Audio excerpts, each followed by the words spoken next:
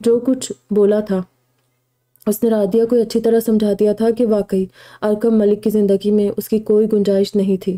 وہ زبردستی ارکم کی زندگی میں شامل ہوئی تھی اور زبردستی کے اس رشتے کو ارکم ملک ساری زندگی دل سے نبھانے کے بجائے بس برداشت کرنے والا تھا۔ رادیہ ارکم کے چہرے پر نظر جمائی سوچوں میں گم بیٹھی تھی، جبکہ ارکم نے رادیہ کو اس کی حیثیت سمجھاتے ہوئے اس بات بھی اکثر فراموش کر دیا تھا کہ اسے ارحم ملک نے کیا نصیحت کر کے رادیہ کے ساتھ پاکستان روانہ کیا تھا۔ اس وقت اپنے اندر کی بیساری واضح لفظوں میں رادیہ پر انڈیل کر خاموش ہو چکا تھا۔ کیا بات ہے، آپ دونوں اتنے خاموش کیوں بیٹھے ہیں؟ کیا میرے جانے کے بعد بھی بات نہیں کی آپ نے؟ ملک صاحب، آپ اتنے زیادہ سنجیدہ مزاج تو کبھی نہیں تھے، اور نہ رادیہ مجھے اتنی خاموش طبع لگ رہی تھی۔ نور ان دونوں کے لیے چائے لے کر اندر چلی آئی۔ آپ کو میں کب سنجیدہ نہیں لگا نور؟ میرے خیال میں فطرتاً سنجیدہ ہی ہوں، ارکم نے شکایتی نظروں سے نور کو دیکھتے ہوئے کہا۔ میں نے کب انکار کیا آپ کی سنجیدگی سے؟ مگر آپ میری آپی کے ساتھ اتنی سنجیدہ نہیں رہتے، نہ ہی آپ کو رہنا چاہیے۔ اب انسان بیوی کے ساتھ ہنسی مذاق کر ہی لیتا ہے۔ رادیہ آپ کی بیوی ہے، بلکہ میں سوچ رہی تھی کہ جب میں واپس جاؤں گی تو اپنا آپ مجھے کباب میں ہڈی جیسا نہ لگے۔ آپ دونوں ایک دوسرے کے ساتھ باتوں میں بزی ہو کر، مگر یہاں تو بالکل خاموشی چھائی ہوئی ہے۔ نور نے ارکم کو چائے دینے کے بعد خاموش بیٹھی رادیہ کو دیکھتے کہا۔ سفر کی تھکان ہے نور، اسی لیے بس آپ ایک کام کرے، رادیہ کو آج اپنے روم میں ٹھہرا دے۔ یہ سو جائے گی تو بہتر محسوس کرے گی، کل سے میرے روم میں رک جائے گی۔ اور ہم نے دبے لفظوں میں نور کو اشارہ کیا تھا کہ رادیہ کو یہاں سے لے جائے، مگر نور اس کے اشارے کو دیکھتے ہوئے نظر انداز کر گئی۔ یہ کیا بات ہوئی بھلا؟ آپ دونوں کی ابھی شادی ہوئی ہے اور آپ نئی نویلی دلہن کو اکیلے رکنے کا کہہ رہے ہیں۔ نور نے شوہر کو کلسانے میں آج کوئی کسر نہیں چھوڑی تھی۔ اٹس اوکے آپی، آپ مجھے دوسرے روم میں لے جائیں۔ ارکم ٹھیک ہی کہہ رہے ہیں، میں تھوڑی تھکاوٹ محسوس کر رہی ہوں، کچھ دیر سو جاؤں گی تو بہتر محسوس کروں گی۔ ارکم نور کو کوئی جواب دیتا اس سے پہلے رادیہ بول پڑی تھی، تبھی نور کندھے اچکاتے خاموش ہو گئی، پھر رادیہ کے چائے ختم کرتے اسے لے کر اپنے روم میں چلی آئی۔ اوکے رادیہ، تم ریسٹ کرو اور بے فکر رہو، کل میں تمہیں ملک صاحب کے روم میں شفٹ کر دوں گی۔ تمہارے لیے بہت اچھے شوہر ثابت ہوں گے، جیسے مجھے اور آپی کو بے حد چاہتے ہیں، تمہیں بھی اتنی محبت دیں گے، بلکہ ان کی اچھی عادات و اطوار کو دیکھ کر تمہیں ان سے کچھ ہی دن میں عشق نہ ہو جائے تو کہنا۔ میں اور آپی ایسے ہی ان کے دیوانے ہوئے نہیں پھرتے، نور نے رادیہ کے گال تھپتھپاتے ہوئے کہا۔ آپی، آپ کچھ دن بعد کی بات کرتی ہیں، میں پہلی نظر سے ان کے عشق میں گرفتار ہوں۔ اس عشق نے ہی تو مجھے بے بسی کی آخری انتہا پر لا کھڑا کیا ہے۔ یہ بتانے کے باوجود بھی کہ وہ آلریڈی شادی شدہ ہے، میں ان سے دور رہنے کا حوصلہ اپنے اندر پیدا کر ہی نہیں سکی۔ ارکم کے لیے میرے دل میں موجود یہ عشق ہی ہے جو مجھے فنا تو کر سکتا ہے، مگر ختم یا کم بالکل نہیں ہو سکتا۔ رادیہ نے نور کا ہاتھ تھامتے ہوئے مسکرا کر کہا تھا۔ نور اسے حیرت سے دیکھتی رہ گئی۔ اس دودھ سے بنی بے حد حسین گڑیا جیسی لڑکی کو دیکھ کر نور کو اس پر بے تحاشا رشک آیا تھا۔ سمجھ چکی تھی کہ رادیہ کے بےلوث جذبوں کے آگے ارکم ملک بہت جلد گھٹنے ٹیکنے پر مجبور ہو جائیں گے۔ نور عورت ہو کر اس کی خوبصورتی کی قائل ہو گئی تھی، حالانکہ وہ اپنے پورے گھر میں اپنی بے مثال خوبصورتی کے لیے مشہور تھی۔ خود ارکم اس کے حسن کا دیوانہ تھا، مگر رادیہ اس سے زیادہ حسین تھی، اور نور کو پورا یقین تھا کہ ارکم اس کے حسین روپ کے آگے بھی سرنگو ہو جائے گا۔ ساتھ ہی رادیہ بھی ارکم ملک کے دل میں چھپے اس جذبے تک ضرور رسائی حاصل کر لے گی جہاں ابھی تک اس کی باقی دو بیویاں بھی نہیں پہنچ سکی تھی، اور نہ صرف رسائی بلکہ وہ ارکم ملک کی ذات کے ساتھ اس کے دل کی مکمل دنیا پر بھی فتح حاصل کر لے گی۔ نور کے روم میں واپس آتے ہی ارکم نے نور کا ہاتھ کھینچتے ہوئے روم کا دروازہ ایک جھٹکے سے بند کیا تھا۔ دروازے کے پاس ہی کھڑا تھا، تبھی نور کے اندر داخل ہوتے ہی اس نے کھینچ کر نور کو اپنے سینے سے لگا لیا تھا۔ نور اس غیر متوقع حملے کے لیے تیار نہیں تھی، تبھی اس کے ساتھ بری طرح ٹکرائی، سٹ پٹا کر دور ہونا چاہتی تھی، مگر ارکم نے سختی سے اس کی کمر کو اپنے بازو میں جکڑا۔ برہم نگاہیں نور کے چہرے پر ٹکی تھی۔ ملک صاحب خیریت ہے؟ آج اتنی برہمی؟ نور نے اپنے گرد اس کی سخت گرفت کو محسوس کر کے ارکم کی نگاہوں میں دیکھا تھا، ساتھ ہی تجاہل عارفانہ سے کام لیتے اپنی مسکراہٹ بھی بمشکل چھپائی تھی۔ میرے ضبط کا مزید امتحان نہ لے نور، آپ کا رویہ میری سمجھ سے بالاتر ہے۔ کہاں تو آپ مجھے شرینہ کے ساتھ دیکھ کر برداشت کرنے کا حوصلہ نہیں رکھتی تھی، جبکہ شرینہ میری پہلی بیوی ہے، آپ ان کے بعد میری زندگی میں آئی ہے۔ اس کے باوجود میں جب شرینہ کے پاس ہوتا ہوں، آپ کے اندر سر سے پاؤں تک حسد اور رقابت کی آگ جلنے لگتی ہے۔ جس دن وہ میرے ساتھ میرے بیڈ روم میں ہوتی ہے، آپ جلے پیر کی بلی کی طرح میرے روم کے ارد گرد چکر لگاتی پھرتی ہے، لیکن میں رادیہ کے ساتھ پہلی ملاقات میں آپ کا ایک الگ ہی روپ دیکھ رہا ہوں۔ آپ ان کے ساتھ بالکل ہی الگ انداز میں پیش آ رہی ہے، نہ صرف مجھے ان کے ساتھ رہنے پر فورس کر رہی ہے، بلکہ خود بھی اس سے ایسے مل رہی جیسے وہ آپ کی سوکر نہیں، بچپن کی کوئی گہری سہیلی ہو اور سالوں بعد آپ سے ملی ہو۔ یہ سب کیا ہے نور؟ میں سمجھ ہی نہیں پا رہا۔ نور کے خوبصورت چہرے کو نگاہوں کی زد میں لیے الجھے انداز میں بولا تھا، میں وہی تو کر رہی ہوں جو شہرینہ آپی نے میرے ساتھ کیا تھا جب میں اس گھر میں آئی تھی۔ آپ ہی تو کہتے ہیں کہ مجھے شہرینہ آپی نے خندہ پیشانی کے ساتھ قبول کیا تھا، اسی طرح میں نے بھی اپنے شوہر کی تیسری بیوی یعنی اپنی سوکن کو اسی طرح اپنے گھر میں ویلکم کیا ہے جیسے آپی نے مجھے آپ کی زندگی میں ویلکم کیا تھا۔ وہ ارکم کی آنکھوں میں دیکھتی ہوئی شرارت سے بولی تھی، مگر ارکم اس کی آنکھوں سے پھیلی شوخ چمک کو دیکھ کر جھنجلا گیا۔ تبھی اس نے مسکراتی ہوئی نور کا چہرہ ایک ہاتھ سے تھام کر اس پر جھکتے ہوئے اس کی آنکھوں میں جھانک کر دیکھا اور گمبھیر لہجے میں کہا، نور، مجھے بودے جواز مت دے۔ آپ جانتی ہے کہ میں کیا پوچھنا چاہ رہا ہوں، اسی لیے مجھے بس سچ بتائے، ورنہ آپ کو پتہ ہے آپ کو اپنی یہ بہانے بازی کتنی مہنگی پڑ سکتی ہے۔ میں آپ کو بالکل بھی نہیں بخشوں گا۔ نور کی ساکت آنکھوں میں دیکھتے سرگوشیانہ انداز بولا۔ اپنی شادی شدہ زندگی کی گزرے اتنے سالوں میں وہ اپنی دونوں بیویوں کی کمزوریوں سے اچھی طرح واقف تھا اور جانتا تھا نور پر اس کی سائر آنکھوں کا جادو کس طرح اثر انداز ہوتا ہے۔ نور کو بے بس کرنے کے لیے وہ اکثر اپنی انہی بولتی آنکھوں سے کام لیتا تھا اور نور ان خوبصورت نگاہوں میں دیکھتے ہوئے جیسے بے بسی کی آخری حد تک پہنچ جاتی تھی۔ اب بھی اس کی ساری شوخی و شرارت اچانک غائب ہو گئی اور وہ ارکم کی جلتی نگاہیں اپنے چہرے پر جمی دیکھ کر فوراً پلکیں جھکا گئی۔ اس کا چہرہ تیزی سے سرخ ہوا تھا۔ ارکم جانتا تھا کہ اب وہ اسے آسانی سے سب سچ بتا دے گی، تبھی اس نے نور کا جھکا چہرہ اونچا کرتے ہوئے باری باری اس کے دونوں خوبصورت گال چوم لیے اور پھر اسے باہوں میں لیے بیڈ پر چلایا۔ اس نے نور کو بیڈ پر بٹھاتے ہوئے خود اس کے سامنے والی نشست سنبھالی، پھر نور کے دونوں ہاتھ تھام کر وہ جیسے اسے اس بات کے لیے تیار کر رہا تھا کہ نور اپنے دل کی بات بلا جھجک اسے شیئر کر لے۔ اور واقعی نور نے سر اٹھاتے ہوئے شوہر کا چہرہ دیکھا، پھر کھوئے کھوئے انداز بولنا شروع کیا۔ آپ میری زندگی ہے ملک صاحب، میں آپ کو بہت چاہتی ہوں، اتنا ہی جتنا ہر بیاہتا عورت خود پر جان نچھاور کرنے والے شوہر کو چاہتی ہے۔ آپ نے بحیثیت شوہر دنیا کی نظروں میں داغدار ثابت ہو چکی مجھ جیسی لڑکی کو بھی اتنا پیار دیا کہ میرا دامن کم پڑ گیا۔ یہ آپ کے اندر چھپی وہی اچھائی ہے جس کی رمق کو نانی جان نے پا لیا تھا، تبھی وہ مجھے زبردستی آپ کے ساتھ نتھی کر گئی۔ آپ نے سوتیلے پوتے ہونے کے باوجود بھی دادی کا مان سلامت رکھا۔ یہ اس بات کی واضح دلیل ہے کہ اللہ نے آپ کو سونے جیسا دل دے کر اس دنیا میں بھیجا ہے۔ پاپا نے نانی اماں کو ان کی موت سے پہلے سب سچ بتا دیا تھا کہ ان کے سگے بیٹے نہیں ہیں۔ یہی بات میری والدین کو بھی پاپا نے بتا دی تھی، مگر اس کے باوجود بھی اپنے نسب پر گھمنڈ کرنے والی نانی جان نے مجھے آپ کے ساتھ باندھ دیا، کیونکہ ساری سچائی جاننے کے باوجود بھی نانی جان کو یقین تھا کہ جتنا پیار آپ مجھے دیں گے دنیا کا اور کوئی مرد کبھی مجھے اتنی محبت نہیں دے سکے گا۔ اور پھر وقت نے ثابت کر دیا کہ نانی جان کا آپ کی ذات پہ یقین بالکل ٹھیک تھا۔ آپ نے مجھے نہ صرف بخوشی قبول کیا بلکہ بے انتہا پیار بھی دیا، اور یہ آپ کا دیا ہوا پیار، مان اور اعتماد ہی تھا جس نے دوبارہ سے اس پگلی سے نور کو زندہ کر دیا جسے خود پر بیتے اس سانحے نے تقریباً ختم کر ڈالا تھا۔ شکریہ ملک صاحب، نور نے کہتے ہوئے اپنے سامنے بیٹھے ارکم کے ہاتھ پکڑ کر چومتے ہوئے اپنی آنکھوں سے لگا لیے۔ ارکم نے عقیدت سے اس خوبصورت انداز پر نہال ہو کر نور کو اپنے سینے سے لگاتے اس کی پیشانی چوم لی تھی اور دھیرے دھیرے اس کے بالوں میں انگلیاں پھیرنے لگا۔ نور نے بھی اپنے دونوں ہاتھ شوہر کے کندھوں پر رکھتے اس کے سینے سے سر اٹھا کر سکون سے آنکھیں موند لی۔ ایک ٹھنڈک سی اس کی رگوں پر میں اترنے لگی، تبھی وہ اپنے دل کو کھول کر شوہر کے سامنے رکھنے لگی۔ مجھے شروعات سے ان مردوں سے شدید قسم کی چڑ ہوتی ہے جو ایک بیوی کی موجودگی میں دوسری شادی کرتے تھے۔ اپنے گاؤں میں بھی اگر میں ایسے کسی قصے کے بارے میں سنتی تھی تو مجھے اس شخص اور اس کی دوسری بیوی پر بہت غصہ آتا تھا۔ دل چاہتا تھا کہ جا کر ان دونوں کو گولی مار دوں۔ میں پہروں یہی سوچ کر کرتی رہتی کہ مرد کیسے اتنی آسانی سے بے وفا ہو جاتا ہے، کیسے اپنی پہلی بیوی کے دل اور اس کے جذبات کو کچل کر اپنی زندگی میں آگے بڑھ جاتا ہے۔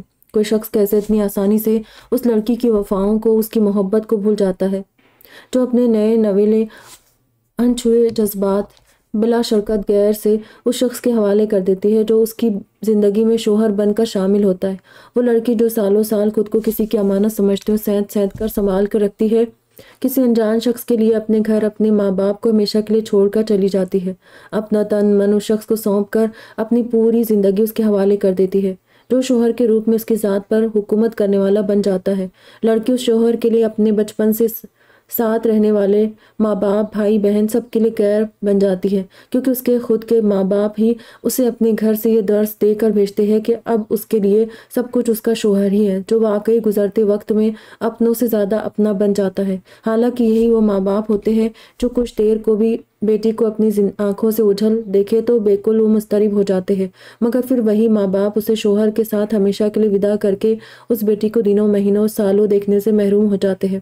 بیٹی کی یاد میں تڑپتے اپنے دلوں پر بیٹی کی خوشیوں کے لیے پتھر رکھ لیتے ہیں۔ یہ ماں باپ کے ساتھ اس بیٹی کی بھی ایک عظیم ترین قربانی ہوتی ہے، جو اپنوں سے جدا ہونے کی تکلیف اٹھانے کے ساتھ اپنا آپ بھی اپنے شوہر پر وار دیتی ہے، مگر پھر اس لڑکی کی ذات پر حکومت کرنے والا وہی شوہر کسی دوسری لڑکی کو بڑی آسانی سے اپنی زندگی میں شامل کر لیتا ہے، اور نہ صرف شامل کرتا ہے بلکہ اس کے ساتھ اپنی ذات کو، اپنی وفاؤں کو بھی بانٹ لیتا ہے۔ جبکہ ایک لڑکی یا بیوی کے لیے ایک مرد کے نکاح میں رہتے ہوئے کسی دوسرے مرد کے بارے میں سوچنا بھی حرام ہوتا ہے۔ کچھ ایک جوڑوں میں تو اگر لڑکی کا شوہر ظالم ہوتا ہے اور بیوی کو پیار کی جگہ مار اور وفاؤں کی جگہ سزائے دیتا ہے، تب بھی بیوی کو اجازت نہیں کہ اس ظالم کے نکاح میں ہوتے ہوئے مظلوم لڑکی اپنے لیے کسی دوسرے مرد کا تصور کر سکے۔ کیوں؟ یہ دین کا حکم ہے، اسی لیے یہ، یا پھر یہ عورت کی فطرت کے برخلاف ہے۔ اس لیے ایک بیوی کے ہوتے ہوئے مرد دھڑلے سے دوسری عورت کو بیوی بنا کر پہلی عورت کے سامنے دوسری بیوی کی باہوں میں باہیں ڈالے آرام سے گھوم سکتا ہے، اور چاہے بھی تو ایسا نہیں کر سکتی، کیونکہ مرد اپنی بیوی کو کسی اور کے ساتھ دیکھے تو بات اس کی غیرت اور مردانگی پر آ جاتی ہے، مگر اس وقت وہ یہ نہیں سوچتا کہ اس میں ایسی کون سی کمی ہے جو عورت نے اس پر دوسرے مرد کو ترجیح دی۔ اسے اس وقت بس غیرت مندی کا جوش چڑھا ہوتا ہے، ہاں، مگر اپنی باری میں اس کی غیرت اور انصاف پسندی کہیں کسی کونے میں جا کر منہ چھپا کر بیٹھ جاتی ہے۔ اپنے بچاؤں کے لیے وہ ہزاروں جواز کھڑ لیتا ہے۔ پہلی بیوی میں کمی ہوگی تو ببانگ دہل اعلان کرتے ہوئے دوسری شادی کر لیتا ہے کہ بھئی پہلی بیوی کی اولاد نہیں ہو سکتی تو دوسری شادی کر لی، یا پہلی بیوی سے دل نہیں ملا تو دوسری کر لی۔ کہیں وہ خود اس کام میں پیش ہوتا ہے تو کہیں ماں باپ اس سے یہ کام کروا لیتے۔ دونوں ہی صورتوں میں پہلی بیوی کے پاس سوائے بے بسی سے ہاتھ ملنے کے کچھ نہیں ہوتا۔ وہ روز اپنے سامنے اپنے ہی شوہر کو دوسری عورتوں کے حصے میں جاتا ہوا خاموشی سے دیکھتی ہے۔ حالانکہ انسان ہونے کے ناطے جذبات تو مرد اور عورت کے یکساں ہی ہوتے ہیں نا، جیسے مرد اپنی عورت کو کسی کے ساتھ برداشت نہیں کر سکتا، ایسے ہی عورت کو بھی اپنے مرد کسی دوسری عورت کے ساتھ برداشت نہیں ہوتا۔ مگر پھر بھی یہ کھلا تصاد کیوں کہ مرد اگر پہلی بیوی کے ہوتے ہوئے کسی دوسری عورت کو بیوی بنا کر اسے باہوں میں لے گھومے تو کوئی ایک لفظ نہیں کہتا، اور عورت کسی مرد کے نکاح میں رہ کر صرف غیر مرد کے لیے سوچ ہی لے تو یہ بدچلن ہو جاتی ہے۔ یہ دنیا کے قوانین اگر غیر منصفانہ ہیں تو ان کی اجازت دینے والے دین کے لیے بھی میرے دماغ میں ہزاروں سوالات اٹھ کھڑے ہوتے تھے، مگر میرے پاس خود کو مطمئن کرنے کے لیے کوئی بھی ڈھنگ کا جواب نہیں ہوتا تھا۔ میں ہمیشہ ان سوچوں کے آتے ہی مضطرب و پریشان ہو جاتی تھی، مگر یہ ایک 16-17 سالہ جذباتی اور غسیلی سی نور کا ذہن تھا جس میں اس قسم کی باغیانہ سوچیں چلتی رہتی تھی، اور پھر اچانک میری زندگی میں ایک طوفان آیا اور سب کچھ اپنے ساتھ بہا کر لے گیا۔ لیکن اس کے ساتھ ہی اللہ نے مجھے میرے ان سارے سوالوں کے جوابات ایک ہی جھٹکے میں دے دیے، جو پہلے مجھے مضطرب کر دیا کرتے تھے۔ میرے رب نے مجھے اچھی طرح سمجھا دیا کہ دین میں کوئی بھی شے غیر فطری نہیں۔ اور جانتے ہیں ملک صاحب، ان حقائق کو مجھے کس نے سمجھایا؟ نور شوہر کے سینے سے سر اٹھاتے ہوئے ایک پل کو رک کر حیرت سے ساکت بیٹھے ارقم کو دیکھ کر مسکرائی۔ مجھے میرے اس تمام سوالوں کے جواب میری کم پڑھی لکھی ماں نے بڑے آرام اور سلیقے سے دیے تھے۔ انہوں نے مجھے بے حد سادے اور سلجھے ہوئے انداز میں وہ سب سمجھا دیا تھا جس نے میرے ذہن میں دین اور دنیا کو سوالیہ نشان بنایا ہوا تھا۔ نور نے گہری سانس بھرتے ہوئے دوبارہ سے جیسے ماضی کے اوراق کو لٹنا شروع کر دیا تھا، جبکہ ارقم اپنی کم پڑھی لکھی بیوی کی اتنی گہری سوچ پر حیرت سے پھٹتی آنکھوں کے ساتھ اسے دیکھ اور سن رہا تھا۔ جو کچھ شادی سے پہلے میرے ساتھ ہوا اس حادثے نے میرے سوچوں کو بدلنا تو شروع کر دیا تھا، مگر پھر جو کچھ مجھے اماں نے سمجھایا اس کے بعد میں نے ہر چیز کو ایک نئے زاویے سے دیکھنا شروع کیا۔ مجھے یاد ہے کہ جس وقت وہ ڈاکو مجھے وڈیرے کی حویلی میں چھوڑ کر گئے تو اس حویلی میں گزرے 3 دن میرے لیے 3 صدیوں جیسے تھے، مگر وہ حادثہ میری زندگی میں انقلاب لانے کی وجہ بن گیا۔ اب سوچتی ہوں تو سونے رب کے آگے سجدے کرنے کو دل چاہتا ہے کہ جس نے مجھے ایک تکلیف دی تو اس کے بدلے نہ صرف مجھے زندگی کی حقیقتوں کو سمجھنے میں مدد ملی بلکہ میرے اللہ نے میری زندگی کو سہل کر کے ہمیشگی والی خوشیاں بھی عطا کی۔ ان 3 دنوں میں میری عزت اس ظالم وڈیرے سے محفوظ رکھوانے والی ذات میرے رب کی تھی، جس نے اس وڈیرے کی بیوی کو میری حفاظت کا ذریعہ بنا دیا۔ یہ میں آپ کو پہلے بھی بتا چکی تھی، اور بحیثیت شوہر اب آپ بھی اچھی طرح جانتے ہیں کہ شادی سے پہلے میرا دامن داغدار نہیں تھا۔ اماں بھی یہ جانتی تھی اور نانی جان بھی، مگر اس کے باوجود اماں نے شادی سے پہلے جو کچھ مجھے سمجھایا ان کی باتوں نے مجھ پر سوچوں کے نئے در واہ کر دیے تھے۔ میری دھی، میں نے تیری شادی ارکم سے پکی کر دی ہے۔ یہ رشتہ اس وقت تیرے لیے نعمت ہے۔ نور، ارکم میری بیٹی کے لیے فرشتہ بن کر آیا ہے۔ وہ تیرے باپ کی عمر کا کوئی بوڑھا آدمی نہیں بلکہ ایک 21 سالہ نوجوان ہے۔ تیرے ساتھ ہوئے اس حادثے کے بعد ایسا رشتہ ملنا یقیناً ہمارے لیے نعمت ہی ہے۔ میری دی بہت نیک بھاگ لے کر آئی ہے، اماں نے میری بلائیں لیتے ہوئے کہا، مگر میں اب تک پاک دامن ہوں اماں۔ مجھے اس وڈیرے نے ہاتھ تک نہیں لگایا کیونکہ اس وڈیرے کی مہربان بیوی نے اسے 2 دن نیند کی دوائی دے کر بے ہوش رکھا تھا۔ تیسرے دن پولیس نے مجھے بازیاب کروا لیا تھا۔ پھر تم کیوں میری شادی کسی شادی شدہ بندے سے کر رہی ہو؟ اماں، میں کسی کی دوسری بیوی نہیں بنوں گی کیونکہ میں خود اس بات کے خلاف ہوں۔ مجھے پتہ ہے کہ کسی مرد کی دوسری شادی اس کی پہلی بیوی کے لیے کن چھری سے ذبح کرنے جیسی اذیت ناک ہوتی ہے۔ جب مرد اپنی عورت کو کسی دوسرے مرد کے ساتھ برداشت نہیں کر سکتا تو عورت کیوں کرے؟ میں اپنی ذات سے کسی عورت کو اذیت نہیں پہنچاؤں گی، میں نے اماں سے غصے سے کہا تھا، کیونکہ میں بضد تھی کہ کسی کی دوسری بیوی نہیں بنوں گی۔ یہ میرے وہ جذبات تھے جو انچھوئے تھے، اور کسی ایسے ہی شخص کے لیے تھے جو خود بھی کسی اور راہ کا مسافر نہ ہو، جس نے کبھی کسی عورت کا قرب حاصل نہیں کیا ہو۔ مگر مجھ پر یہ کیا وقت آ پڑا تھا کہ ایک بڑھتا ہوا مرد میرے حصے میں آ رہا تھا۔ مجھے اسی بات پر شدید غصہ آیا تھا، مگر میں نے اس سے پہلے کبھی سوچا ہی نہیں کہ زندگی جذباتیت کے آگے بھی کوئی چیز ہوتی ہے۔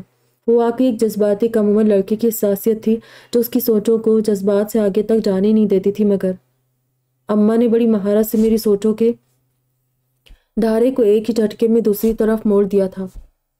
تو اپنی پاک دامنی کا یقین کس کس کو دلائے گی میری جھلی تھی؟ تو کسی کو یقین نہیں دلا سکتی، ایسا کرنا چاہے گی بھی تو لوگ یقین نہیں کریں گے۔ تو بہت بھولی ہے، نہیں جانتی کہ مرد و عورت کے فطرت میں رب سونے نے نمایاں فرق رکھا ہے، اور دین اسلام عین فطرت کے ساتھ جڑا ہوا مذہب ہے۔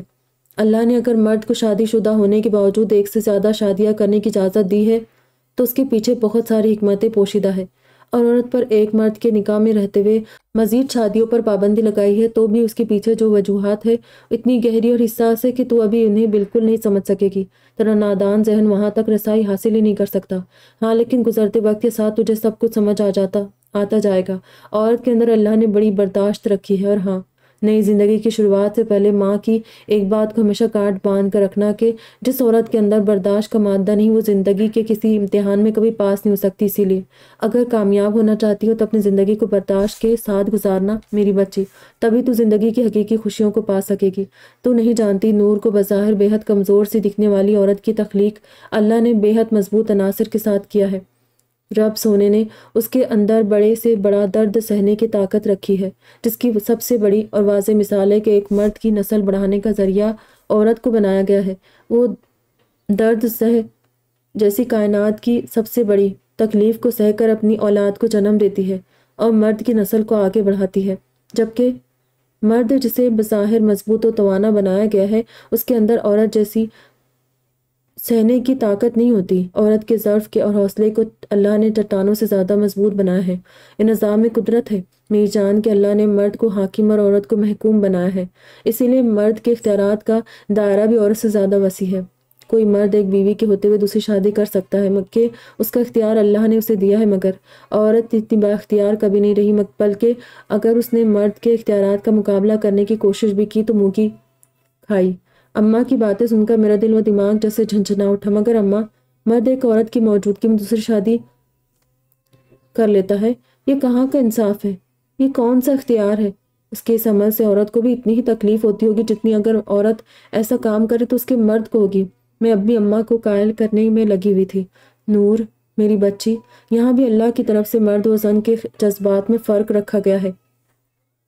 مرد کبھی بھی جذبات کی اس سطح سے نہیں سوچتے جہاں تک عورت پہنچ جاتی ہے۔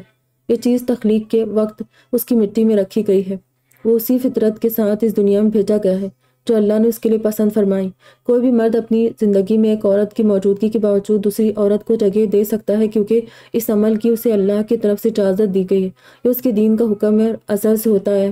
مرد ایک سے زیادہ عورتوں سے تعلق رکھے یا زیادہ شادیاں کرے تو اس کی شان میں کوئی فرق نہیں پڑتا، نہ ہی اس کے جذبات عورت کے جذبات سے مطابقت رکھتے۔ اس کی سوچ اس کے جذبات عورت جیسی حساسیت تک پہنچتے ہی نہیں۔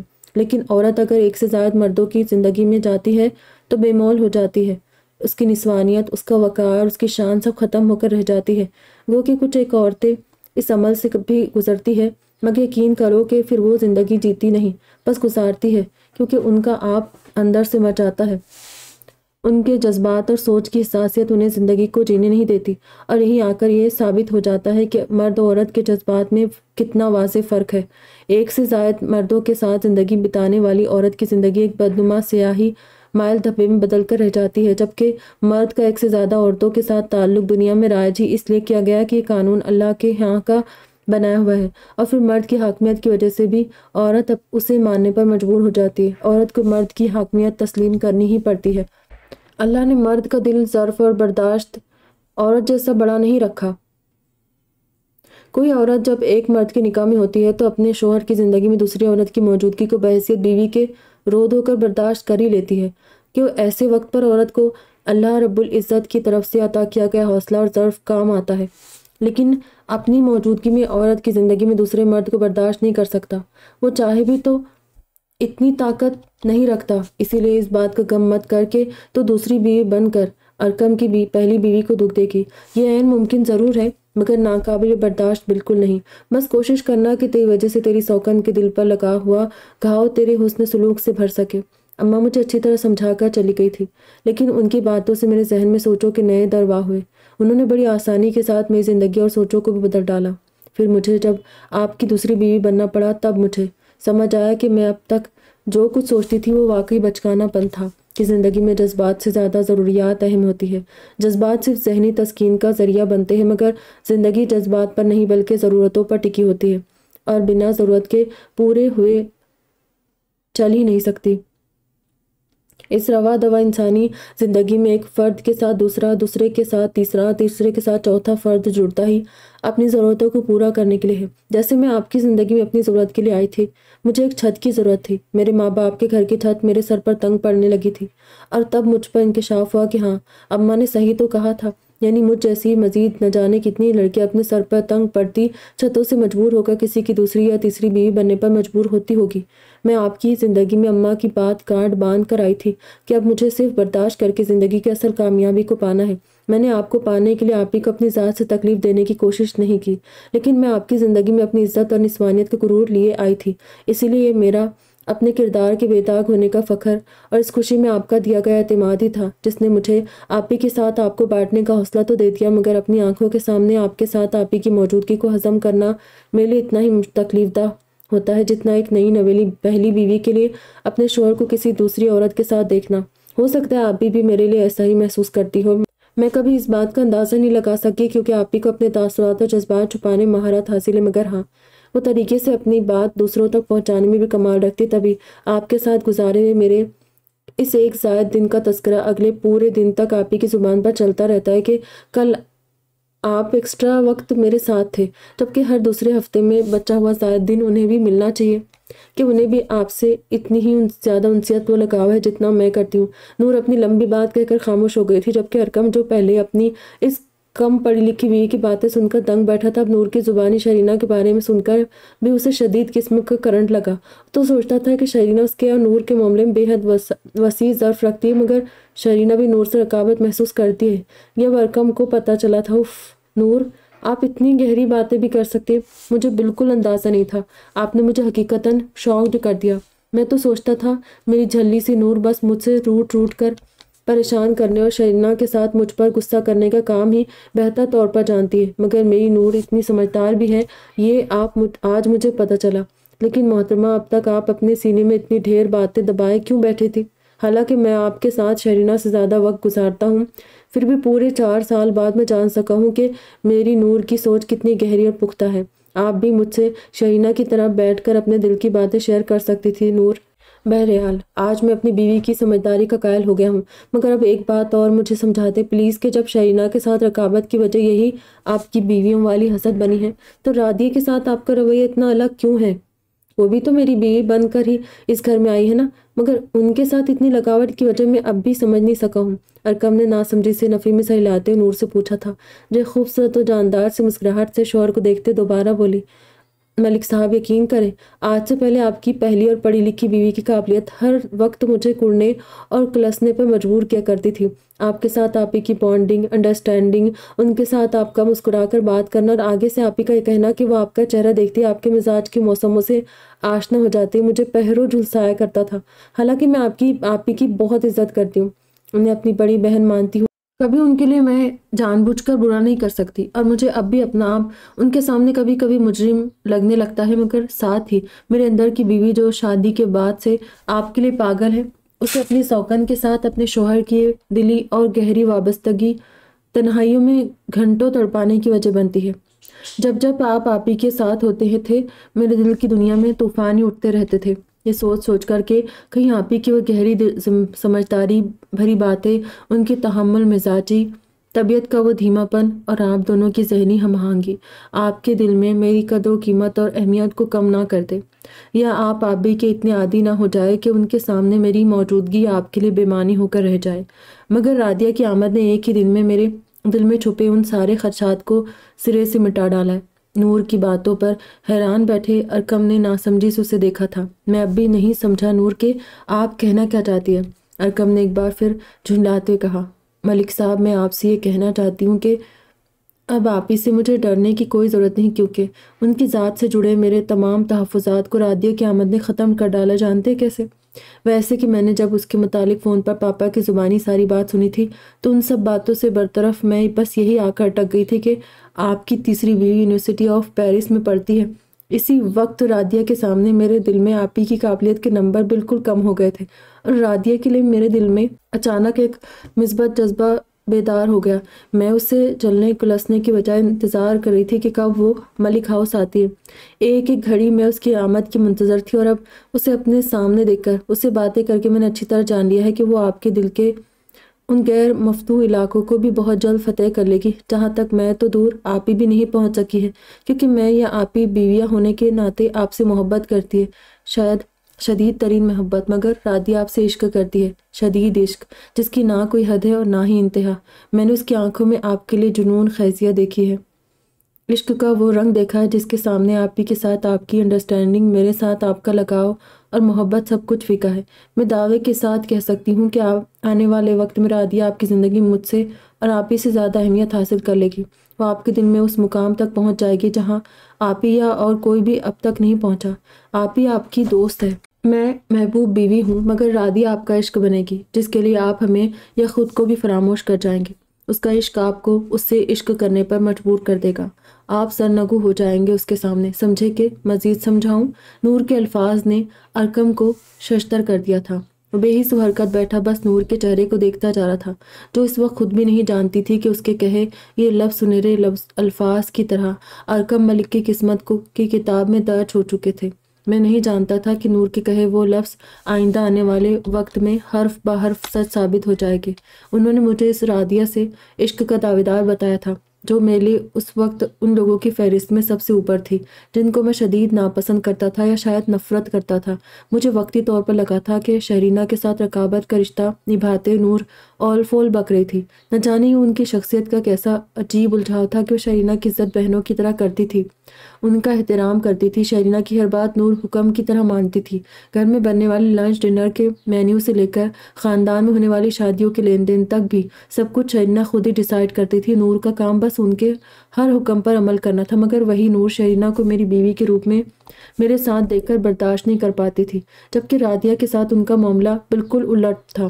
وہ جتنی زیادہ شہرینہ سے رقابت محسوس کرتی تھی، رادیہ کے ساتھ ان کا رویہ اتنا ہی مہربان ہوتا تھا، یہاں تک کہ وہ میرے ساتھ رادیہ کو دیکھ کر بے حد خوش ہوتی تھی۔ ان کا یہ عجیب الجھا ہوا رویہ میری سمجھ سے بالاتر تھا۔ بہرحال امی جان نے گزرتے وقت کے ساتھ اپنا گھر نور اور شہرینہ کو سونپ کر خود گوش نشینی اختیار کر لی تھی۔ وہ اپنے روم میں عبادت الہی میں مصروف رہتی تھی، پاپا اپنے تبلیغی دوروں پر رہتے تھے۔ ان دونوں نے اپنے حصے کی ساری ذمہ داریاں مجھ سمیت میری بیویوں کو سونپ دی تھی۔ پھر رادیہ بھی ہمارے ساتھ شامل ہونے چلی آئی تھی۔ پیرس سے واپسی کے اگلے دن ہی میں نے آفس جوائن کر لیا تھا۔ شہرینہ سے تاحال میرا رابطہ نہیں ہوا تھا، اسی لیے میں سخت جھنجلاہٹ کا شکار ہو رہا تھا۔ تبھی میں جو رادیہ سے پہلے دن کہہ چکا تھا کہ میں ان کو اپنی زندگی میں جگہ دینے کے ساتھ ان کے تمام حقوق انصاف کے ساتھ ادا کروں گا، اب اپنی ہی بات کو اکثر فراموش کر چکا تھا۔ میرا ذہن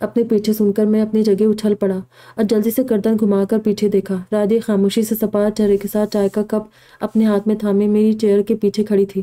میں بری طرح سٹپٹا کر رہ گیا۔ پھر مجھے چائے دے کر وہ بنا ایک لفظ کہے واپس چلی گئی تھی۔ پاپا نے بھی رادیا کو واپس جاتے دیکھ لیا تھا، تبھی انہوں نے مجھے غصے سے گھور کر دیکھا تھا۔ ہوتے کمینے، مجنوں، رانجھے کے کچھ لگتے، دیکھ رادیا نے سب کچھ سن لیا ہے، بول اب بھی چپ کیوں ہو گیا؟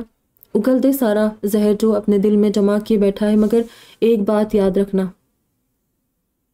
کہ شرینہ کے لازوال عشق میں اندھا ہو کر تو جو یہ اس بچے کے ساتھ سلوک کر رہا ہے نا، روز قیامت اس بات کے لیے تجھے اللہ کے سامنے جواب دہ ہونا پڑے گا۔ وٹا آیا شرینہ کا دیوانہ ہوں، نیکی کر کے احسان جتا رہا ہے، کم ظرف نہ ہو تو۔ ارے ہمیں الزام دینے سے پہلے یہ کیوں نہیں سوچتا کہ یہی تیری قسمت تھی؟ تیرے نصیب میں زندگی کو اسی طرح گزارنا لکھا تھا۔ سالوں پہلے جب تک تو ہمیں نہیں ملا تھا، مجھ سے بھی اماں شادی کے لیے شدید اصرار کرتی رہتی تھی، مگر میرے نصیب میں دوسری شادی نہیں لکھی تھی، اسی لیے نہ تو میرے سامنے حالات پیش آئے اور نہ ہی میری دوسری یا تیسری شادی ہوئی۔ لیکن اگر ایسا ہوتا بھی نا تو یقین کر میں اپنی بیویوں کے ساتھ تیرے جیسا غیر مساوی سلوک اور ایسی غیر منصفانہ رویہ کبھی روا نہ رکھتا۔ میرے نبی نے اپنی پوری حیات طیبہ میں 11 عورتوں سے نکاح کیا، مگر کبھی کسی بیوی کے ساتھ برے اخلاق اختیار نہیں کیے، کسی کے ساتھ بیزاری ظاہر نہیں کی، کسی کے ساتھ غیر مساوی سلوک نہیں کیا۔ بے شک ایک سے زائد بیویوں کی یہ ذمہ داری ایک اکیلے مرد کے لیے بہت زیادہ بڑی ہے۔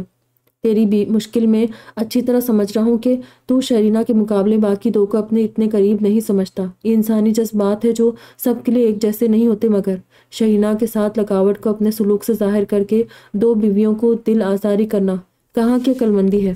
جس طرح تو شرینہ کے سامنے صاف طور پر یہ نہیں کہہ سکتا کہ تجھے اس کے مقابلے نور کے ہاتھ کی بنی چائے زیادہ پسند ہے، اور نور سے یہ نہیں کہہ سکتا کہ تجھے اس کی بے سروپا باتوں سے زیادہ شرینہ کا نپت الانداز گفتگو اچھا لگتا ہے۔ اسی طرح رادیا کے سامنے بھی تجھے باقی دونوں بیویوں کے لیے اپنی محبت اور خود اس کے لیے بیزاری کو ظاہر نہیں کرنا چاہیے۔ وہ جس طرح بھی تیری زندگی میں شامل ہوئی، مگر وہ اب ہے تو تیری بیوی ہے نا۔ اس سے ایسا رویہ اختیار مت کر ارکم پتر کہ اس کے دل میں موجود اپنے قدر و قیمت کو کھو دے۔ وہ تجھ سے محبت کرتی ہے، تیرے لیے ایک بار گناہ کا راستہ اختیار کر چکی ہے، مگر پھر اللہ نے تیرے ہی لیے اسے دوبارہ سے ایمان والی زندگی میں داخل کر دیا۔ میں پہلے بھی تجھے کہہ چکا تھا، اب بھی سمجھا رہا ہوں کہ اس کے ساتھ محبت سے پیش آنا شروع کر دے، ورنہ بصورت دکر وہ تیرے طرف سے مایوس ہو کر دوبارہ سے بھٹک نہ جائے۔ میں نے تیری ماں کو سمجھا دیا ہے، خود رادیا کے ساتھ زیادہ سے زیادہ وقت گزارے گی اور اس کو دین کو سیکھنے والا بنائے گی۔ تجھ سے تو یہ امید کرنا بھی بیکار ہے کہ تو اس سے بہت بیزار جو رہتا ہے، مگر کوشش کرنا کہ اپنی باقی دو بیویوں کے ساتھ وفا نبھاتے ہوئے تو رادیا کے ساتھ ایسا کچھ نہ کر جائے جس کے بعد تجھے زندگی بھر پچھتانا پڑے۔ پاپا نے مجھے حتم المقدور سمجھانے کی کوشش کی تھی، میں ان کی باتوں پر غور کرتے ہوئے فی الحال کے لیے سمجھ بھی گیا تھا، اور کچھ دل میں ندامت بھی تھی کہ رادیا اپنے متعلق کہی گئی میری تمام الٹی سیدھی باتیں سن چکی تھی، جس میں ان کی ذات سے واضح بیزاری کا اظہار موجود تھا۔ تبھی میں نے اسی رات رادیا کے پاس جا کر اپنے رویے کی ان سے معافی بھی مانگ لی، اور رادیا نے اعلیٰ ظرفی کا مظاہرہ کرتے مجھے ایک بھی لفظ کہے بنا معاف کر دیا۔ میں نے رادیا کو اپنے ساتھ دوبارہ اپنے بیڈ روم میں شفٹ کر لیا۔ اس سے پہلے شرینہ کا قیام میرے ساتھ تھا، مگر وہ رادیا کو دیکھ کر خود ہی میرے روم سے چلی گئی تھی۔ مجھے آج تک سمجھ نہیں آیا کہ شادی ہوتے ہی رادیا کے اندر اچانک اتنی برداشت کیسے پیدا ہو گئی تھی۔ شادی سے پہلے جسے رادیا کو میں جانتا تھا، وہ تو خلاف طبع بات پر اپنی ماں اور بھائی کا بھی لحاظ نہیں کرتی تھی، تو پھر میرا یہ بیگانگی، سرد مہری اور بیزاری بھرا رویہ وہ کیسے سہ رہی تھی؟ پتہ نہیں یہ واقعی مجھ سے ان کا عشق تھا جو مجھے اتنی رعایت دے رہی تھی، یا یہ ان کے اندر کا صبر تھا جس کا سلسلہ شادی کے اگلے دن سے ہی شروع ہو گیا تھا۔ بہرحال میں اس کے بعد رادیا کے ساتھ کچھ دن میرا رویہ بالکل ٹھیک رہا۔ میں اب رادیا کے ساتھ ہی رہنے لگا تھا، ورنہ اس سے پہلے میں شرینہ کے ساتھ تھا تاکہ ان کی ناراضگی جلد سے جلد ختم کر سکوں، مگر شرینہ بھی تب تک جیسے حالات سے سمجھوتا کر چکی تھی، اسی لیے میرے ساتھ رادیا کو دیکھ کر بھی ان کا رویہ نارمل ہی رہا۔ پاپا نے اپنی واپسی کے بعد حفصہ آپی اور ذوالفقار بھائی جی سمیت باقی کچھ ایک رشتہ داروں کو بھی بلا کر گھر میں ہی ایک چھوٹی سی ولیمے کی تقریب رکھ لی تھی تاکہ خاندان والوں سے رادیا کا تعارف ہو سکے۔ میرے حقیقی والدین کے خاندان کا تو مجھے نہیں پتہ تھا، مگر پاپا کے خاندان کا میں پہلا ایسا مرد تھا جو تیسری بار اپنا ولیمہ کر رہا تھا۔ تمام رشتہ دار مجھے عجیب انداز میں دیکھ رہے تھے۔ کچھ بڑی عمر کی عورتوں نے تو یہ سوچ کر میرے اقدام کو سراہا تھا کہ میں نے اولاد کے لیے تیسری شادی کر لی ہے۔ کچھ مردوں نے بھی مجھے شاباشی دی کہ میں سنت پر عمل کر رہا ہوں، مگر شہینہ کے والد صاحبہ نور کے والدین پورا وقت افسردہ سے رہے تھے۔ انہیں کہیں نہ کہیں میرے اس اقدام سے دکھ پہنچا تھا، مگر میں کیا کرتا۔ پاپا نے ان لوگوں کو نہ جانے کیا کہہ کر سمجھایا تھا کہ کسی نے بھی مجھ سے بنا ایک لفظ کہے میرے اور رادیہ کے سر پر ہاتھ رکھ کر دعا دی اور خاموشی سے رخصت ہو گئے تھے۔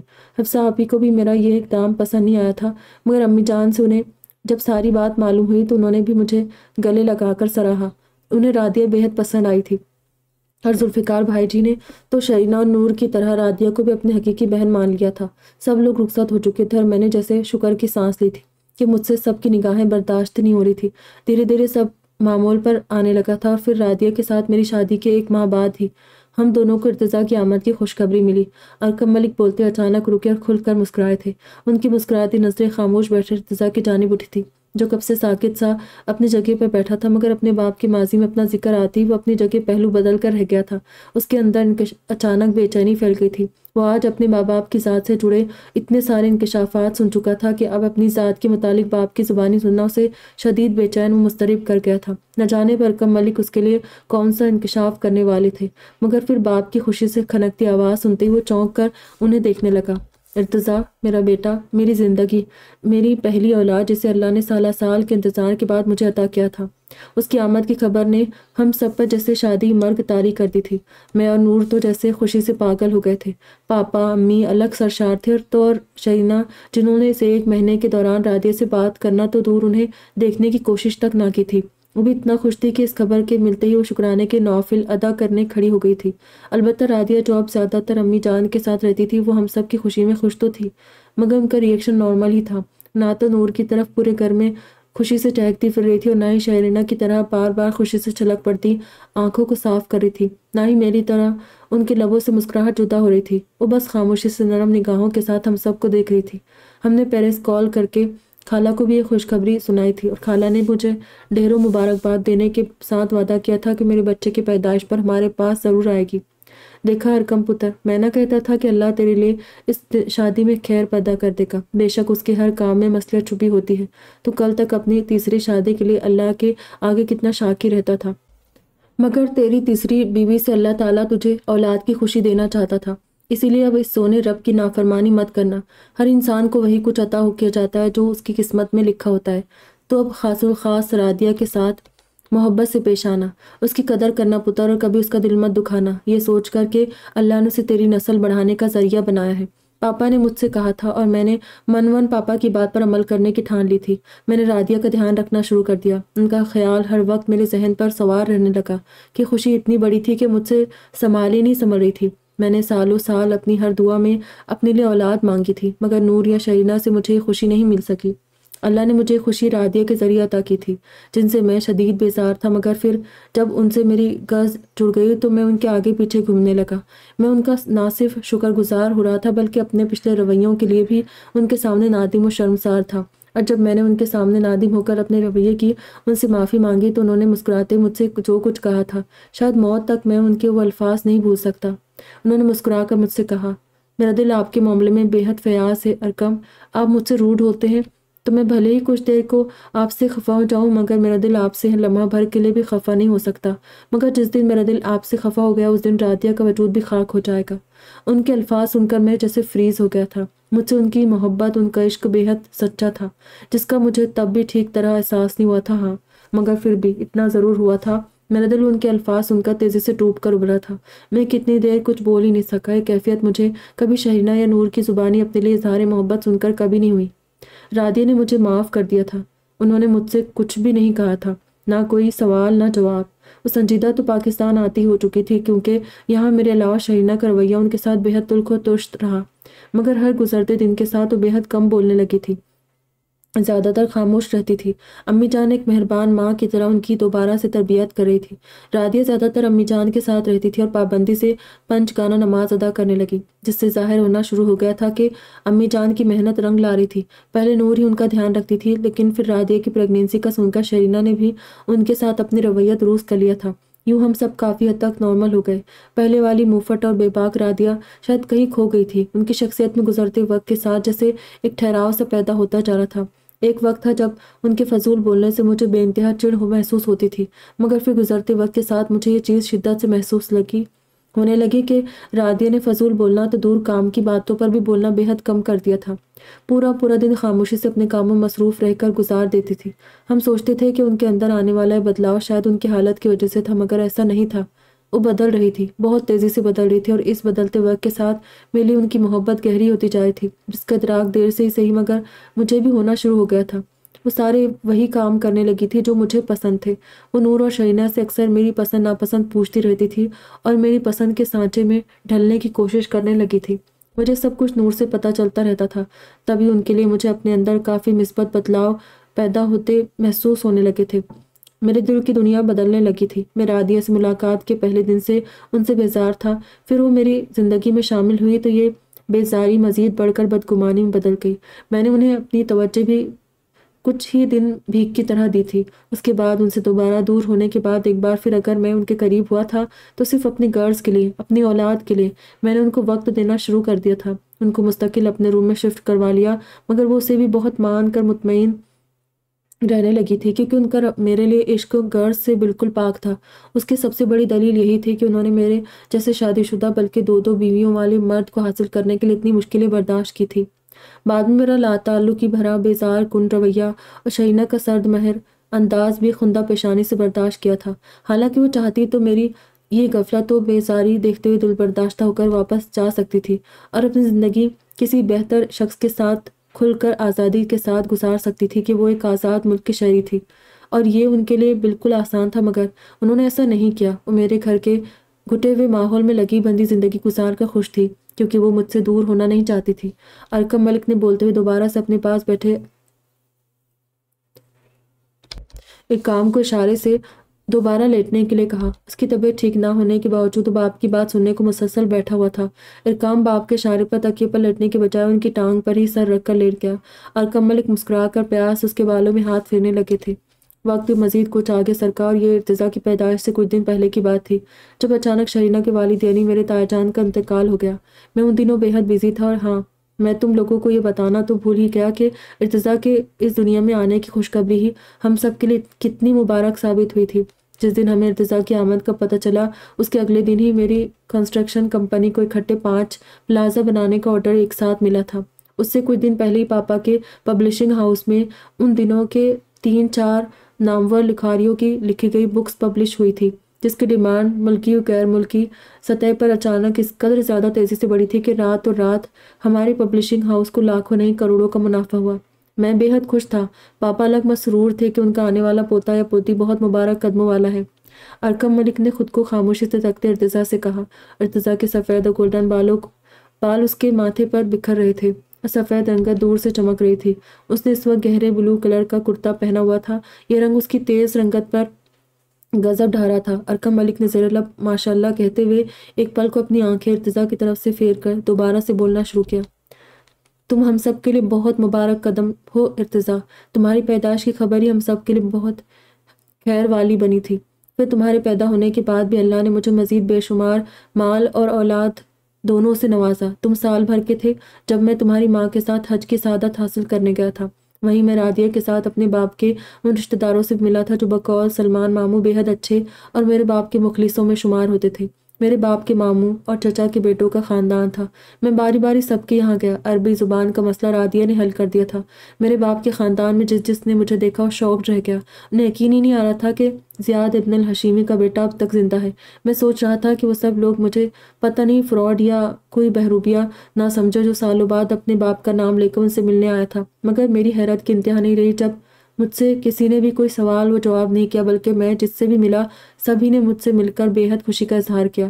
میرے والد صاحب کی سب سے چھوٹی پھپھی نے تو مجھ سے مل کر اتنا روئی کہ ان کے دل کی میں تکلیف شروع ہو گئی تھی اور روتے روتے میرے ہاتھوں میں ہی گر گئی۔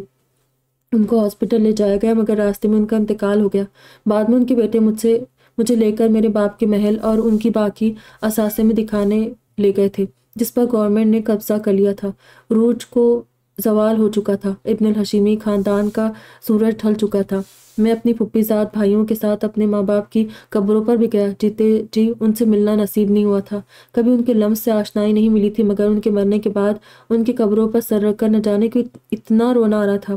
اللہ نے میری زندگی کی ساری حسرتوں کو پورا کر دیا تھا۔ باقی کے اگلے کچھ سالوں میں شہینہ نور کو بھی میں نے حج کروایا۔ بہرحال ارتضیٰ، میری زندگی میں آنے کے بعد میرے لیے کامیابیوں کے دروازے کھل گئے تھے۔ تم اس وقت 2 سال کے ہوئے تھے جب میں شہینہ کے ساتھ تمہیں لے کر انیلا کی روزہ کشائی پر گاؤں گیا تھا۔ اس وقت سر پیدا ہونے والا تھا۔ ڈاکٹر نے رادیہ کو سفر سے منع کر دیا تھا، اسی لیے وہ میرے ساتھ نہیں جا سکی تھی۔ انور اپنی امی کے گھر پر تھی۔ اپنے روزے کے وقت انیلا 12 سال کی تھی، بھوک کی بے حد کچی تھی، اسی لیے آپی نے اس کا روزہ اتنی بڑی عمر میں رکھوایا تھا۔ مگر پھر روزے سے 1 دن پہلے آپی کی طبیعت بے حد خراب ہو گئی۔ ہم سب اچھی بھلی گھومتی آپی کی طبیعت بگڑتے دیکھ کر پریشان ہو گئے تھے۔ ڈاکٹر کو گھر پر بلایا اور پورے 12 سال بعد آپی کو اللہ نے دوسری اولاد کی خوشخبری نصیب کی تھی۔ ذوالفقار بھائی جی جیسے خوشی سے پوری حویلی میں ناچتے پھر رہے تھے۔ انہوں نے تمہیں مجھ سے لے کر خوب پیار کیا تھا اور کہا کہ ارقم تیرا یہ بیٹا بڑے مبارک قدموں والا ہے، یہ آج پہلی بار میرے گھر آیا اور اپنے ساتھ اتنی بڑی خوشخبری لایا، یہ آج سے میرا ہو گیا۔ اگر میری بیٹی ہوئی تو میں اپنے ارتضیٰ سے اس کو بیاہ دوں گا، مگر اللہ نے انہیں زارون سے نوازا اور ان کا خواب ادھورا ہی رہ گیا۔ زارون اور زر کی عمروں میں صرف 2 ماہ کا فرق ہے۔ پھر بعد میں نور، شہرینہ اور رادیہ پاپا کے ساتھ تمہیں حویلی لے کر گئے۔ تب زیب کی آمد نے سب کے دلوں کو شاد کر دیا۔ زیب کامی سے سال بھر بڑا ہے۔ بھائی جی مجھ سے کہتے تھے کہ یار تمہارا بیٹا جب میری حویلی میں قدم رکھتا ہے اللہ مجھے صاحب اولاد کر دیتا ہے، تم اسے مجھے ہی دے دو، یہ میرے گھر کے لیے بہت لکی ہے۔ اور میں صاف منع کر دیتا تھا کہ میں اپنے بیٹے کے بنا ایک پل نہیں رہ سکتا، اس کے لیے ایسا سوچو بھی مت، یہ آپ کے لیے ہی نہیں میرے لیے بھی بے حد لکی ہے۔ مجھے اللہ نے اس کے بعد مزید اولادوں کا تحفہ دیا ہے۔ زر اور کامی کی پیدائش کے بعد سالوں بعد اللہ اسعاد کے روپ میں شہینہ کو اولاد سے نوازا تھا، اسی لیے پاپا نے اس کی پیدائش پر بالکل ایسے خوشیاں منائی تھی جیسے تمہاری پیدائش پر سب کے لیے خصوصی دعوت کا اہتمام کیا گیا تھا۔ حالانکہ اسعاد کے ساتھ پیدا ہونے والی تمہاری بہن کی موت نے اس خوشی کو کم ضرور کر دیا مگر ختم نہیں کیا تھا۔ اور میرا کیوٹ سا مات تو آج بھی مجھے تمہارے بچپن کی یاد دلاتا ہے، جیسے بچپن میں تم میرے ہاتھ سے کھانا کھاتے تھے، بالکل اسی طرح وہ اب بھی میرے ہاتھ سے کھانے کی ضد کرنے لگتا ہے۔ گھر میں سب سے چھوٹا ہونے کا ایڈوانٹیج حاصل ہے، اسی لیے بچہ بنا رہتا ہے۔ اب بھی اسے ٹینشن میں نیند نہیں آ رہی ہوگی کہ میں تم سب کے ساتھ یہاں موجود ہوں اور وہ اکیلا اپنے روم میں پڑا ہوا ہے۔ اب صبح غصے میں نور کی طرح مجھے نخرے دکھائے گا اور تب تک نہیں مانے گا جب تک مجھے اپنی کوئی ڈیمانڈ پوری نہ کروا لے۔ ارقم ملک کے لہجے میں بیٹے کے لیے پیار ہی پیار تھا۔ ارتضیٰ نے باپ کے محبت بھرے لہجے پر بغور ان کا چہرہ دیکھا تھا۔ پاپا بھلے ہی بھائی کی پیدائش سے پہلے اور بعد میں سب اچھا ہوتا گیا، مگر آپ کی لائف میں چینجز امی کے آنے کے بعد ہی شروع ہوئے تھے، اسی لیے بھائی سے زیادہ امی آپ کے لیے لکی ثابت ہوئی تھی۔ اسعاد نے باپ کو دیکھتے پرسوچ انداز میں کہا۔ ارقم ملک اس کی بات سن کر اسبات میں سہلاتے گہری سانس لے کر رہ گئے۔ ہاں میری جان، ٹھیک کہا تم نے، مگر انسان کی فطرت ہے کہ وہ کبھی اس چیز کی قدر نہیں کرتا جو اسے بن مانگے اور آسانی سے میسر آ جاتی ہے۔ مجھے رادیہ کا ساتھ بن مانگے مل گیا تھا، اسی لیے میں نے ان کی قدر نہیں کی، نہ بچوں کے ہونے سے پہلے اور نہ ہی بچوں کے بعد۔ حالانکہ میں نے تمہیں بتایا ہے کہ میں ارتضیٰ کی پیدائش کے وقت رادیہ کو بہت اہمیت دینے لگا تھا، مگر پھر تایا جان کے انتقال کے وقت میں ایک بار پھر ان سے لاپرواہ ہو گیا تھا۔ تایا جان کے انتقال سے کچھ 1 مہینے پہلے سے میں بے حد مصروف ہو چکا تھا، مگر پھر بھی رادیہ کا بہت دھیان رکھ رہا تھا۔ لیکن پھر تایا جان کی موت کی خبر آتے ہی میری ساری ہمدردیاں شہینہ کی طرف منتقل ہو گئی۔ میں اپنا سب کام اور رادیہ کو نور کے پاس چھوڑ کر امی جان اور شہینہ کے ساتھ گاؤں چلا گیا، بنا یہ سوچے کہ رادیہ کو اس وقت میری سب سے زیادہ ضرورت ہے۔ انہیں کسی بھی وقت ہاسپٹل لے جانا پڑ سکتا ہے، مگر میں اکیلے نور کو ان کے پاس چھوڑ کر گاؤں چلا گیا۔ میرا دھیان ایک بار پھر رادیہ کی طرف سے مکمل طور پر ہٹ گیا تھا۔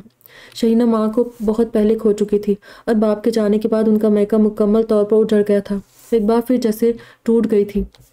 میں اس دوران اپنی زندگی کو کافی حد تک بیلنس کر چکا تھا، شہینہ، نور اور رادیہ کے ساتھ مساوی سلوک کرنے لگا تھا، مگر شہینہ کو اس غم و تکلیف سے گزرتے دیکھ کر میری توجہ کا مرکز صرف شہینہ کی ذات بن گئی۔ باپ کے انتقال کے بعد گاؤں میں ہی رک گئی۔ میں 1 ہفتے ان کے ساتھ وہاں رہا، مگر پھر آفس سے کام کے لیے آنے والی کالز کی وجہ سے مجھے امی جان کو ان کے پاس چھوڑ کر واپس شہر آنا پڑا، لیکن میرا دھیان شہینہ کی طرف ہی لگا رہا۔ جب میں گاؤں میں تھا تو نور نے مجھے فون کر کے کہا بھی تھا کہ میں اب شہینہ کے پاس رکنے کے بجائے جلد سے جلد واپس آ جاؤں اور رادیہ کی طرف دیکھوں۔ پاپا بھی ان دنوں اپنی جماعت کے ساتھ تبلیغی دورے پر تھے، گھر میں نور اور رادیہ ہی تھی۔ رادیہ کی طبیعت بھی ان دنوں کبھی بھی بگڑ جاتی تھی، ایسے میں کسی بڑے کی غیر موجودگی میں کم سے کم میرا گھر پر ہونا ضروری تھا، مگر میں نے نور کی بات سمجھنے کی بجائے زندگی میں پہلی بار انہیں غصے میں ڈانٹ کر رکھ دیا تھا۔ بے حسی کی حد ہے نور، آپ کو خود بھی اندازہ نہیں ہے کہ آپ کو ایسے نہیں کہنا چاہیے۔ شہینہ کے باپ کا انتقال ہوا ہے، ان کا میکہ ختم ہو گیا ہے، کوئی بھائی بہن بھی نہیں، ان کے پاس اب رشتوں کے نام پر کچھ نہیں بچا۔ وہ اس وقت غم سے چور ہے، ان کے آنسو باپ کی موت پر رک ہی نہیں رہے۔ ان آنسوؤں کو میرے سوا پوچھنے والا کوئی نہیں ہے۔ سب کچھ جاننے کے باوجود آپ کو ان پر ترس نہیں آ رہا؟ ان کے دکھ کا اندازہ تو ہو نہیں رہا، بلکہ رادیہ کا ہی خیال پریشان کر رہے۔ رادیہ دنیا کی اکیلی عورت نہیں ہے جو اس حالت میں انکمفرٹیبل فیل کر رہی ہے۔ ہر عورت کو تخلیق کے دوران ان چھوٹی موٹی پریشانیوں سے گزرنا پڑتا ہے۔ رادیہ کی ڈیٹ بھی ابھی کافی دور ہے اور وہ ابھی تک اچھی بھلی ٹھیک ٹھاک گھر پر موجود ہے، ان پر ایسی بھی کوئی قیامت نہیں ٹوٹ پڑ رہی ہے۔ میں شہینہ کو دیکھوں یا رادیہ کے پاس بلا وجہ چلا آؤں؟ آپ نے تو حد کر دی، عجیب ڈرامے لگائے ہوئے، میں برہمی سے بولا تھا، اور نور میری ڈانٹ سن کر خاموش ہو گئی۔ انہوں نے بنا کچھ کہے فون رکھ دیا تھا، اور پھر میں آفس کے کام سے ہفتہ بعد واپس شہر بس ایک دن کے لیے آیا تھا۔ مجھے اس رات ہی گاؤں کے لیے دوبارہ نکلنا تھا۔ سارا کام مینیجر کو سمجھا کر میں جانے سے پہلے گھر چلا آیا، یہ سوچ کر کہ نور کا غصہ ٹھنڈا کرنے کی کوشش کروں گا اور رادیہ کو بھی دیکھ لوں گا۔ گھر میں داخل ہوتے ہی میرا پہلا سامنا نور سے ہوا تھا، لیکن انہوں نے مجھے دیکھ کر بھی اندیکھا کر دیا تھا۔ میں بھی جلدی میں تھا تو نور کے غصے پر دھیان دیے بغیر رادیہ سے ملنے اپنے بیڈ روم میں چلا گیا۔ اپنے روم میں قدم رکھتے ہی میری نظر رادیہ پر پڑی تھی۔ ان کا چہرہ اس وقت بے حد اترا ہوا تھا، مگر مجھے دیکھتے ہی خوش ہو گئی۔ میں نے ہفتہ بھر بعد انہیں دیکھا تھا اور مجھے لگ رہا تھا کہ سالوں بعد ان سے ملا ہوں۔ تبھی اچانک اس وقت مجھ پر انکشاف ہوا تھا کہ مجھے دھیرے دھیرے رادیہ کی عادت ہوتی جا رہی ہے۔ میرے سامنے کھڑی تھی اور میرا دل نہ جانے کون سے طلسم کے زیر اثر جکڑا جا رہا تھا۔ کیسی طبیعت ہے آپ کی؟ میں نے سر جھٹکتے خود کو اس عجیب سے اثر سے نکالنا چاہا تھا۔ میں ٹھیک ہوں، آپ کیسے ہیں؟ اور آپ ہی کیسی ہے؟ اور واپس نہیں آئی؟ رادیہ نے مجھ سے پوچھا۔ نہیں، وہ ابھی بے حد غمگین ہے، کچھ وقت اپنے گھر پر گزارنا چاہتی ہے۔ میں بھی واپس جا رہا ہوں، بس آپ کو دیکھنے آیا ہوں، میں نے ان سے نگاہیں چراتے ہوئے کہا۔ مجھے لگ رہا تھا کہ وہ مجھے ان کی روشن چمکتی آنکھوں کو دیکھ کر لگ رہا تھا کہ وہ مجھے رکنے کے لیے ضرور کہے گی، اور واقعی ایسا ہوا۔ رک جائے، مجھے آپ کی انصاف پسندی طبیعت کا پتہ ہے، مگر اس وقت مجھے آپ کی دوسروں سے زیادہ ضرورت ہے۔ رادیہ نے مجھے رکنے پر اصرار کیا تھا۔ انہیں بھی نور کی طرح اپنی خرابی طبیعت سے ڈر لگ رہا تھا کہ اس وقت وہ گھر پر اکیلی تھی۔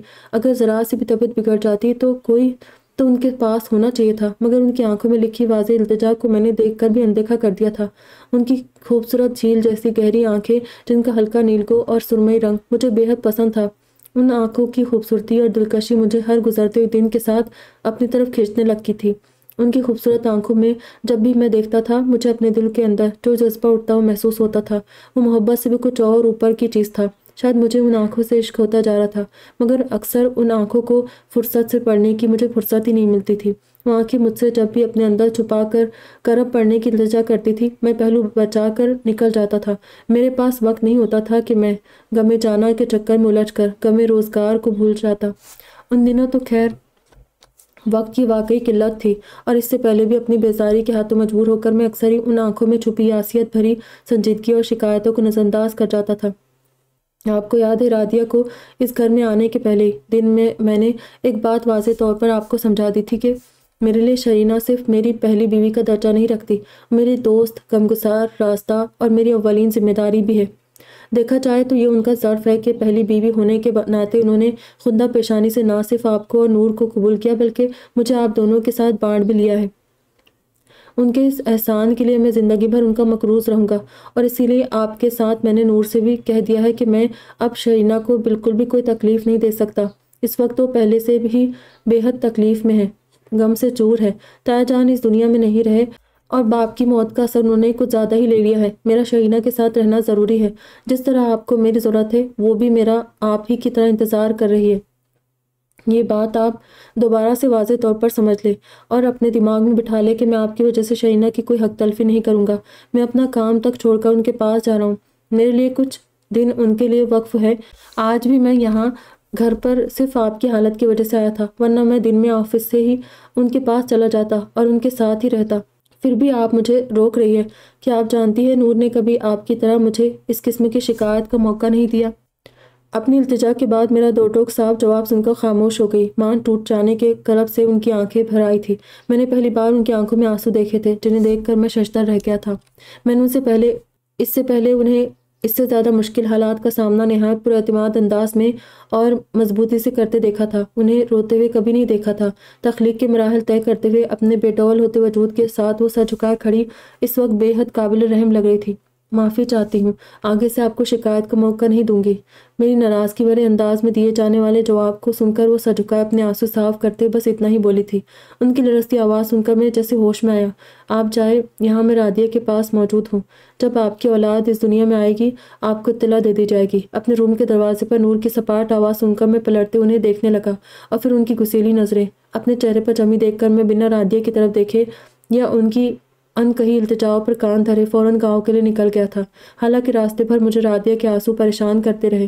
کئی بار دل نے دہائی بھی دی کہ رادیہ کو واقعی میری زیادہ ضرورت ہے، واپس چلا جاؤں، اور نور بھی مجھ سے مزید خفا ہو گئی ہے۔ پھر انہوں نے کہا بھی تھا کہ رادیہ کی طبیعت کبھی بھی خراب ہو سکتی ہے، مگر مجھے وہ اتنی بیمار نہیں لگی تھی۔ تبھی خود کو سمجھاتے ہوئے دل کی پکاروں کو انسنا کر کے میں گاؤں چلا گیا اور پھر اگلی شام ہی میرے پاس نور کی کال آئی تھی۔